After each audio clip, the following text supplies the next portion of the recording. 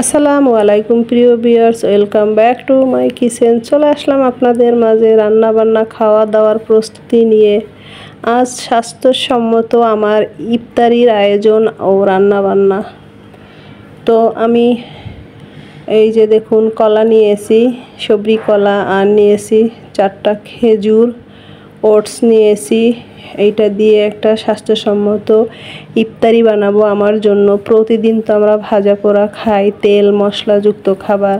মাঝে মাঝে হালকা খাবার, তেল মশলা ছাড়া খেলে কিন্তু পেট ভালো থাকে, শারীরিক সুস্থতাও বেশ ভালো থাকে। যাই হোক, এই দেখুন আমি কলা ছিলে নেব, খেজুরেরও বীজ ফেলে নেব। দেখে অবশ্যই বুঝে গেছেন, কারণ এখন সবাই স্বাস্থ্য সচেতন, সবাই এরকম খাবার খায়। তো আমিও আমার মতো করে খাবো, আর পরিবারের সবাইও খাবে, তবে এইটা খাবে না, তারা অন্য অন্য জিনিস খাবে। আজকে ভাজা পোড়া তেলে ভাজা এইসব কিছুই নেই। আজকে একদম সরাসরি ইফতারে ভাত, সবজি, ছোট মাছ, এই তো। তো আমার স্বাস্থ্যসম্মত হেলদি খাবার এইটা, আমি এইটাই শুধু খাবো, একদম চিনি ছাড়া, তেল মশলা ছাড়া। এই যে খেজুরের বীজ ফেলে দিয়েছি। এবার খেজুর ছোট ছোট করে কেটে নেব, আর কলাটাও ছোট পিস করে কেটে নেব। এরকম খাবার আমাদের সবসময় খাওয়া উচিত বয়স 30-এর পরে, তাহলে অতটা পেটে রোগাক্রান্ত হতে হয় না।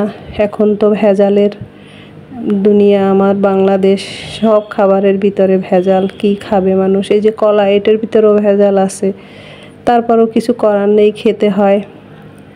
চাইলেও আমরা খেতে পারি না। একমাত্র গ্রাম বাংলায় নিজ হাতে গাছ লাগিয়ে খেতে পারলে সেইটা বেশি স্বাস্থ্যসম্মত হয়। কি আর করার, ঢাকায় বসে সেই সব কোথায় পাবো? সেই সব অতীত হয়ে গেছে। এখন বেঁচে থাকার জন্য অল্প করে খেতে হলে এইরকম একটু বেছে টেছে খেতে হবে। তো কলা কেটে নিলাম পিস পিস করে, এবার খেজুরটাও পিস পিস করে কেটে নিচ্ছি। জানি না কার কেমন এভাবে খেতে ভালো লাগে। যদি ভালো লেগে থাকে প্লিজ একটা লাইক করবেন, কমেন্ট করে বলবেন এরকম হেলদি খাবার কার কেমন পছন্দ। হয়ে গেল খেজুরও কাটা।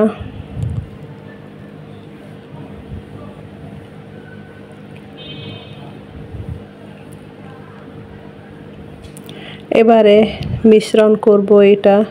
তো এটা মিশ্রণ করার জন্য এর সাথে চিয়া সিড দেব, এই যে আগে ভিজিয়ে রেখেছিলাম।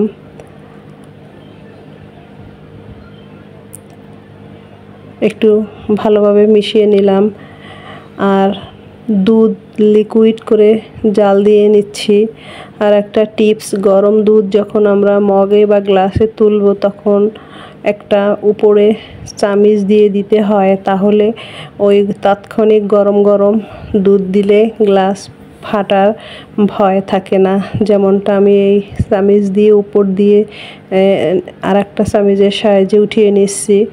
তো অনেক কিন্তু গরম, তারপরেও এভাবে দিলে গ্লাস আর ফাটার ভয় থাকে না। তো টিপসটাও আপনাদের সঙ্গে শেয়ার করলাম প্রিয় ভিউয়ার্স। যাই হোক, এখানে হাফ কেজি দুধ আছে, আমি এখান থেকে অল্প একটু নিয়ে নেব মিশ্রণ করার জন্য। এখন ওটসের ভিতরে এই দুধ দিয়ে দিচ্ছি একটু একটু করে, আর এর ভিতরে যা দেব তা তো দেখতেই পেলেন, যেগুলো আমি কেটে রেখেছি ওই সব দেব। তো প্রথমে একটু দুধ দিয়ে চিয়া সিডটা ভালোভাবে নেড়ে চেড়ে মিশিয়ে নেব চিয়া সিডের সঙ্গে, আর হলো ওটসের সঙ্গে নিয়ে তারপর 5 মিনিট রেখে দেব। তাহলে দুইটা মিশ্রণ ভালোভাবে মিশবে এবং খেতেও ভালো লাগবে। একটু হালকা করে চামচ দিয়ে নেড়ে তারপরে আমি রেখে দেব 5 থেকে 7 মিনিট।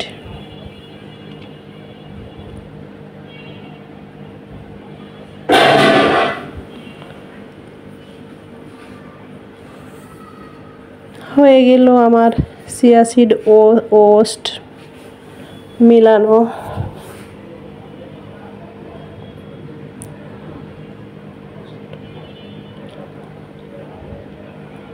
এবারে 5 থেকে 7 মিনিট পর ফিরে এলাম। দেখুন দুইটা মিশ্রণ ভালোভাবে মিশে গেছে।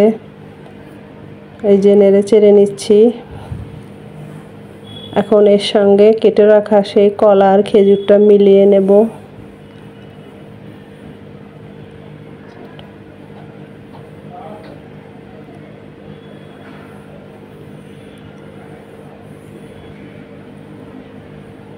রমজান মাস এরকম খাবার খেলে পেট ভালো থাকে। রোজা রাখতে এবছর এমনিতেও কষ্ট হয় না, তারপর এরকম হেলদি খাবার খেলে অসুস্থ হোক বা সুস্থ সবারই কিন্তু পেট ভালো থাকে।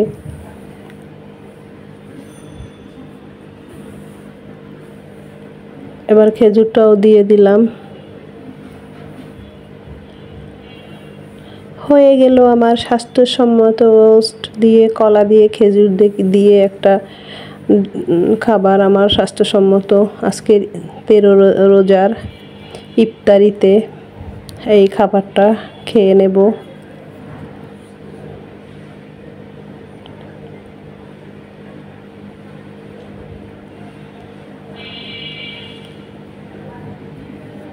আর এর সঙ্গে আমার পরিবার পরিজনদের জন্য যা করেছি তাও আপনাদের মাঝে একটু শেয়ার করছি প্রিয় ভিউয়ার্স।